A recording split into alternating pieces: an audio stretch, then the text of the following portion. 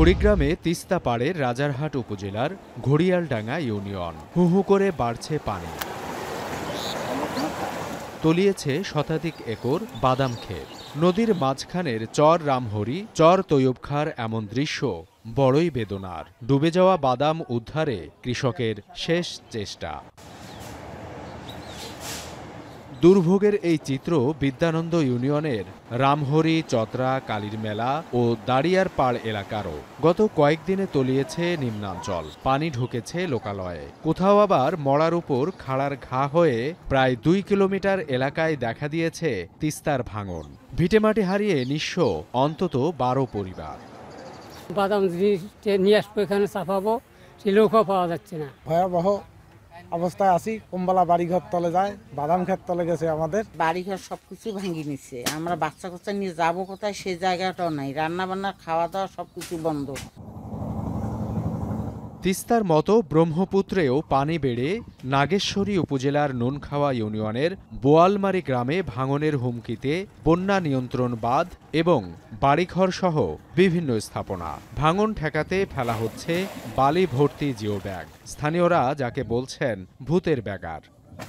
যে জায়গায় আমি দাঁড়িয়ে আছি সেই কাজটা সঠিকভাবে এখন পর্যন্ত হয়নি, যার কারণে নদী ভাঙতেছে।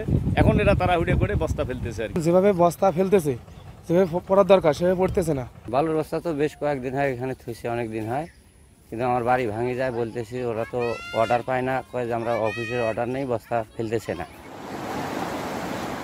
কুড়িগ্রামের ভেতর দিয়ে বয়ে যাওয়া তিস্তার দৈর্ঘ্য 40 কিলোমিটার। এর মধ্যে বাম তীরে মাত্র 1.5 কিলোমিটার স্থায়ী প্রতিরক্ষা ব্যবস্থা রয়েছে, বাকি অংশের পুরোটাই অরক্ষিত।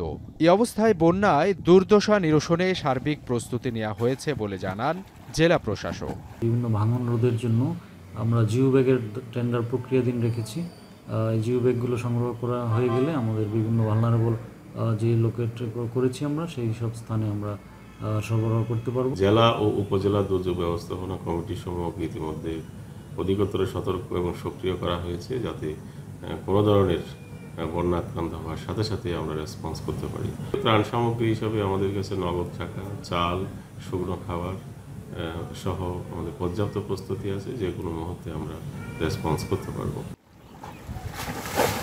মূলত ব্রহ্মপুত্র, ধরলা, তিস্তা, দুধকুমার ও জিঞ্জিরাম আন্তঃসীমান্ত এই 5 নদ নদী সহ মোট 16টি নদ নদী কুড়িগ্রাম জেলার মধ্য দিয়ে প্রবাহিত। বৃষ্টি এবং উজানের ঢলে হঠাৎ করেই বেড়েছে নদ নদীর পানি। এর মধ্যে তিস্তার কাউনিয়া পয়েন্টের পানি বিপদসীমার উপর দিয়ে প্রবাহিত হচ্ছে।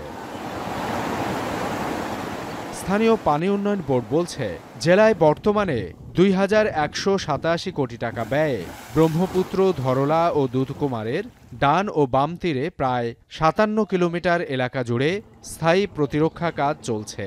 আর তিস্তার বাম তীরে 3 দফায় স্থায়ী প্রতিরক্ষা কাজের জন্য সমীক্ষা শুরু হয়েছে মাত্র। এখন কুড়িগ্রাম।